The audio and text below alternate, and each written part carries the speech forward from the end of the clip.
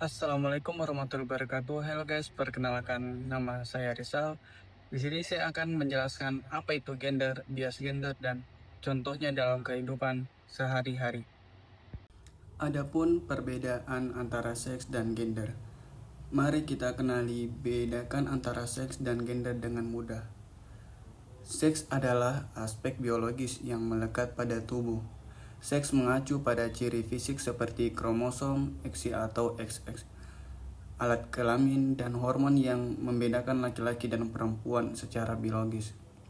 Sedangkan gender adalah peran dan harapan sosial budaya. Gender berkaitan dengan perilaku dan peran yang diharapkan masyarakat terhadap laki-laki dan perempuan yang dapat berubah tergantung budaya dan waktu. Adapun contoh sederhana perbedaan seks dan gender. Misalnya, secara seks laki-laki memiliki kromosom XY, tapi secara gender laki-laki sering dianggap sebagai pemimpin, sementara perempuan sebagai pengasuh, tergantung budaya. Pentingnya memahami gender lebih dari fisik. Gender tidak hanya soal fisik, tapi bagaimana masyarakat membentuk peran serta ekspektasi berdasarkan jenis kelamin yang ada. Selanjutnya mari kita kenali bias gender dan dampaknya dalam hidup. Pertama, bias gender adalah perlakuan tidak adil berdasarkan jenis kelamin. Bias gender terjadi saat seseorang dipandang atau diperlakukan berbeda karena jenis kelaminnya. Misal, perempuan dianggap kurang pantas memimpin atau laki-laki selalu kuat atau laki-laki harus selalu kuat dan tak boleh menangis. Kedua, ada bias gender memengaruhi kesempatan dan hak individu. Bias ini bisa batasi peluang seseorang di pendidikan, pekerjaan, atau keluarga, sehingga menimbulkan ketidakadilan dan diskriminasi yang nyata dalam kehidupan sehari-hari. Ketiga, memahami bias gender membantu menciptakan lingkungan inklusif. Dengan sadar akan bias gender, kita bisa berkontribusi menciptakan tempat yang lebih adil dan nyaman untuk semua orang, bebas dari prasangka dan diskriminasi. Oke, di sini mengenal 5 bentuk bias gender yang sering terjadi. Mari kita kenali dan pahami 5 jenis bias gender yang membatasi hak dan peluang sehari-hari. Pertama, ada subordinasi. Apa itu subordinasi? Yaitu perempuan yang sering diposisikan lebih rendah, contohnya sulit mendapat jabatan pimpinan dalam dunia kerja atau organisasi. Kedua, ada marginalisasi. Perempuan dikesampingkan saat pengambilan keputusan penting, sehingga suara mereka jarang didengar dan diperhitungkan. Ketiga, ada double burden.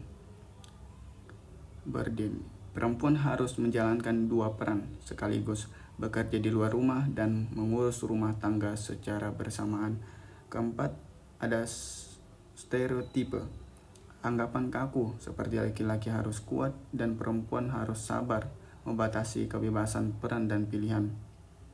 Kelima, kekerasan gender. KDRT, kekerasan seksual, dan kekerasan dalam pacaran merupakan bentuk diskriminasi ekstrim yang sangat merugikan perempuan. Kenali subordinasi dan marginalisasi perempuan di dunia kerja dan pendidikan. Mari kita pahami contoh nyata bagaimana perempuan sering terhambat di karir dan lingkungan kampus. Subordinasi perempuan di perusahaan teknologi. Perempuan sering kesulitan naik jabatan meski kualifikasinya sama. Contohnya, CEO perempuan di startup Indonesia kurang dari 10%. Ada marginalisasi suara perempuan di rapat kampus. Seringkali suara mahasiswa perempuan tidak dianggap serius dan jarang diajak ambil keputusan penting melalui organisasi mahasiswa. Selanjutnya ada dampak subordinasi dan marginalisasi. Kondisi ini membatasi kesempatan perempuan berkembang dan berkontribusi secara maksimal di tempat kerja dan pendidikan. Menghadapi double burden dan stereotipe gender sehari-hari. Kenali tantangan ganda dan stereotipe yang membatasi kebebasan dan perkembangan diri mahasiswa perempuan dan laki-laki. Pertama, yaitu double burden pada mahasiswa perempuan. Mahasiswa perempuan sering harus belajar kerja pada waktu dan mengurus keluarga sekaligus, sementara laki-laki cenderung fokus pada belajar saja di kampus. Kedua, stereotipe gender dalam kampus. Ada anggapan seperti laki-laki harus jago matematika dan perempuan kurang cocok kerja teknik, yang membatasi minat dan pilihan karir mahasiswa. Ketiga, ada dampak stereotipe terhadap ekspresi diri. Mahasiswa laki-laki yang hobi memasak atau menjahit sering dianggap aneh, membatasi ruang ekspresi dan perkembangan diri mereka secara bebas. Mari kita kenali kekerasan gender sebagai bentuk bias paling ekstrim.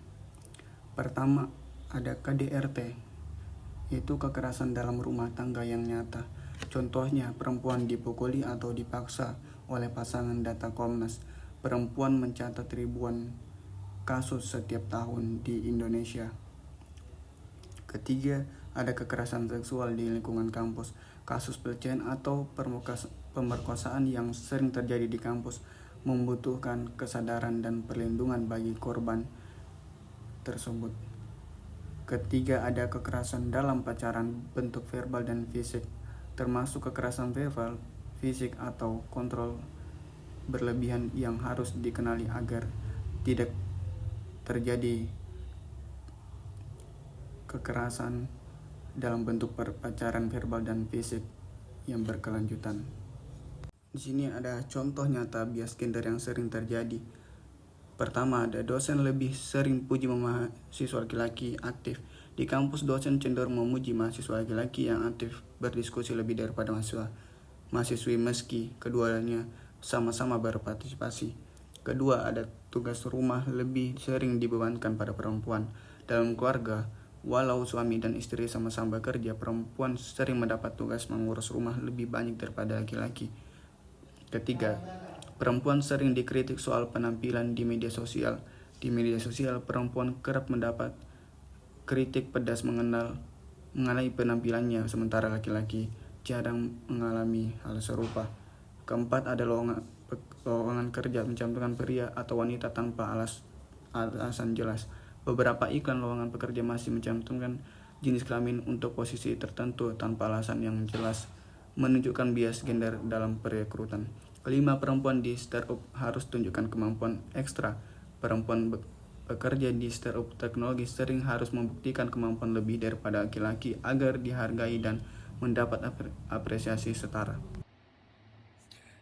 Mulailah refleksi dan dukung lingkungan inklusif tanpa bias gender. Sekian dari saya, terima kasih. Kurang lebihnya mohon maaf. Assalamualaikum warahmatullahi wabarakatuh.